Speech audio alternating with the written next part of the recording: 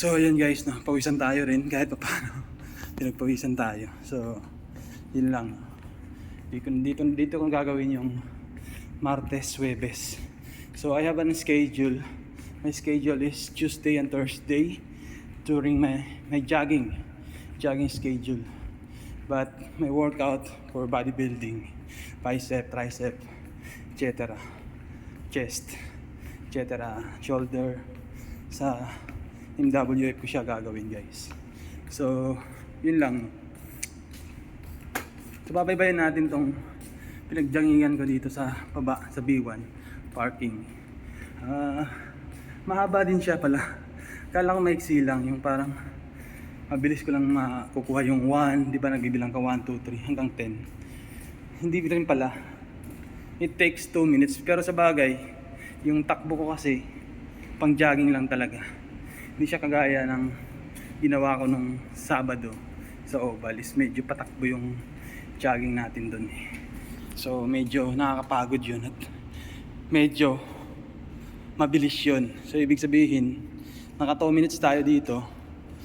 So normal jogging lang siya. Unlike sa Oval, is medyo mabilis yung takbo natin. 2 minutes, almost 3 minutes din siya.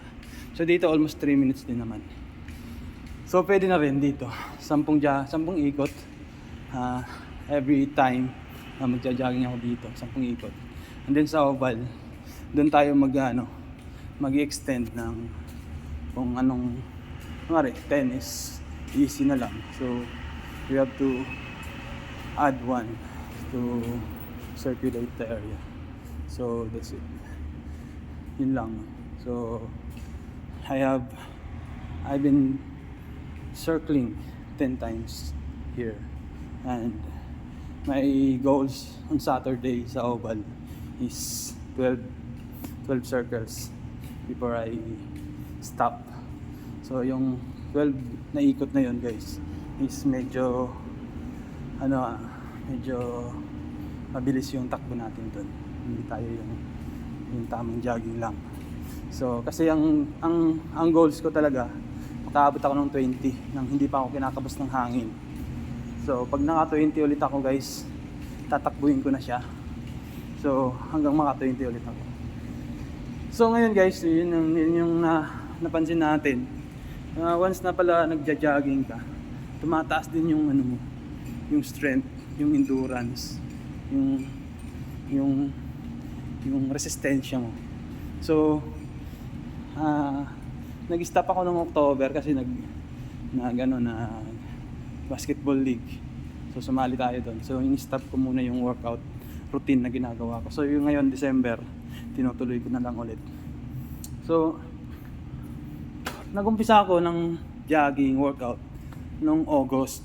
So August, September, October. So 2 buwan. 2 buwan siya guys. So nung nag-umpisa ako mag-jogging, isang ikot lang ako dun sa Oval talaga. Isang ikot lang talaga ako dun.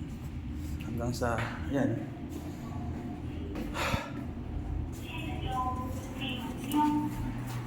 As I do it repeatedly, tumataas na rin ako. Hanggang 2, 3, 4, hanggang 8. So pagdating ko ng 8, lumakdaw ako, nagpunta ako ng 10. Tapos, hindi pala, 9. Tapos hanggang lumakdaw ako ng 12. Yun. And then yun. Tapos nung bumalik ulit ako itong December dyan, maabot na tayo ng 8-9 minimum natin. Wala. Jogging na lang.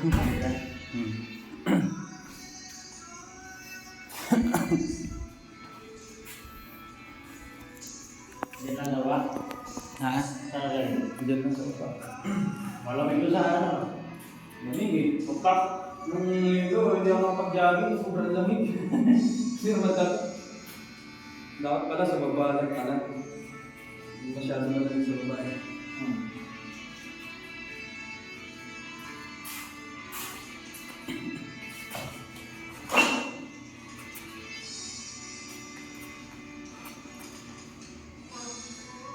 Bicep.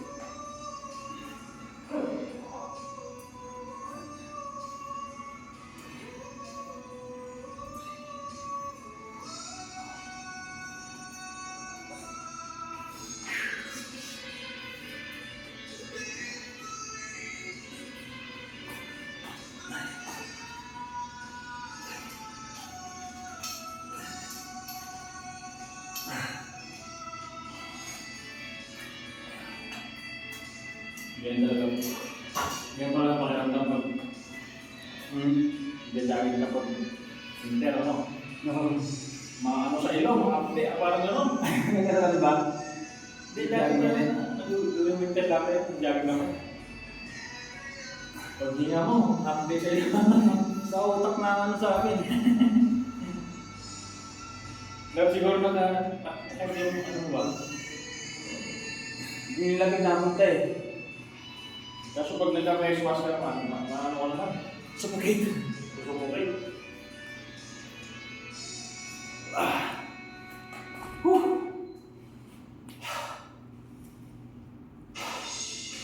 Si Charles Paintero daw sa nagja-jogging.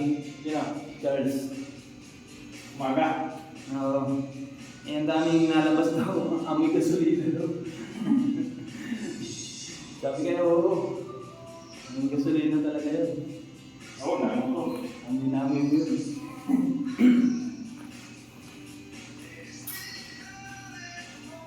Gusto niyo papayat, ha? 6:30. Yun. Kaya ako mga 6:54 na ako nakakabal. Ano ba lang mga ako? Nahirapan. Klase ala? Wala na sumakulong daw. Saan ko yan ba? Bakit? Sige po, eh. Hindi nila naisip ko rin ng silinggo. Ang gaali lang yung gato. Akali po din naman yun. Buti lang yung mga Mati bayan na talaga ng assistensya yan. Namaos eh. Hindi iba yung bonus niya eh. sa mga pagkaramdam talaga ng pagkakataon.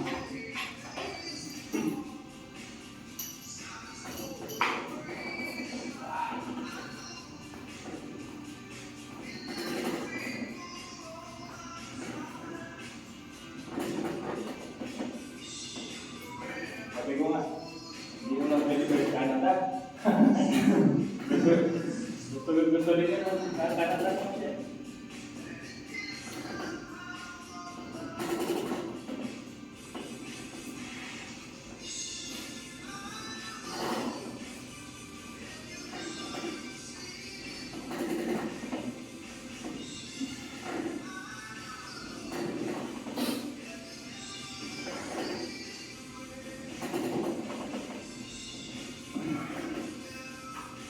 Ano ba yung jowa ni Ate Haya?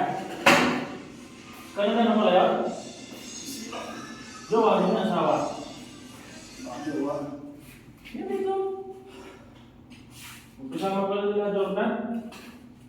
Ah, Jordan. Sama. Saka yung dating kampo niya marobot. Patingin?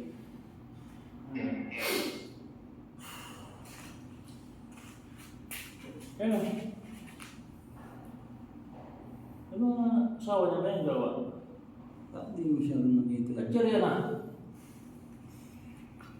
Ayun, luglog. Ano ko alam saan yan?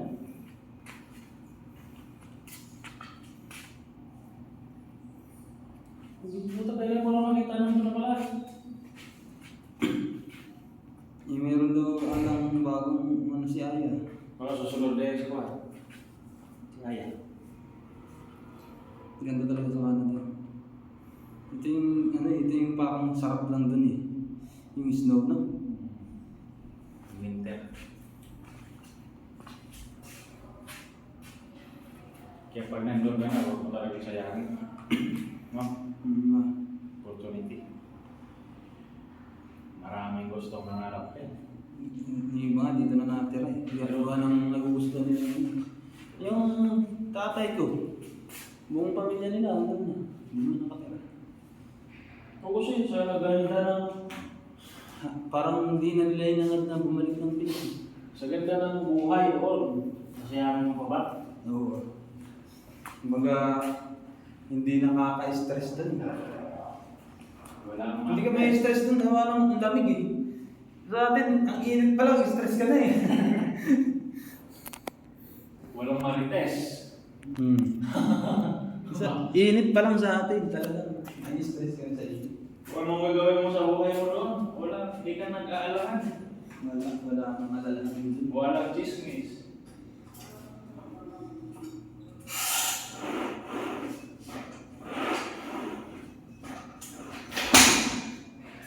lumapit. Kaya lang yung mga tao.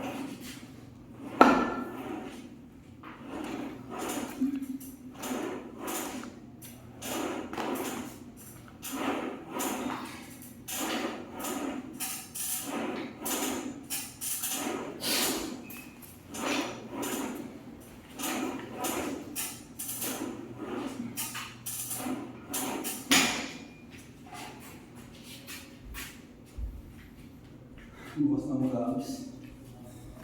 Ano lang ngayon, parang kulang yung pagod ko kasi.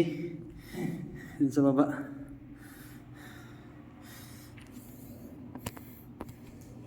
Mahaba rin pala eh. Mahaba rin. Yo. Yung dyan sa baba. Halos 2 minutes ko rin siyang, sa bagay, mabagal yung takbo ko eh. Hindi kagaya sa ubal, medyo mabilis ang takbo ko. Yung buong parking dyan. Malapad yan. Halos 3 minutes din eh, mabagal. Ito sa oval, mabilis. Halos 3 minutes din.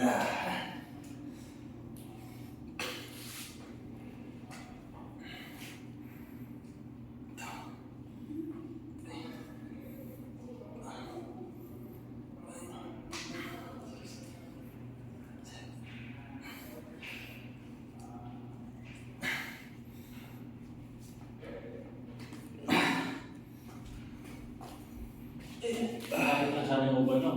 Ha? Malapit na sana yung uban din. Kung dyan lang sana, ang dami siguro nagja-jogging. Na? Oo, sige. Ang tatakbuhan doon.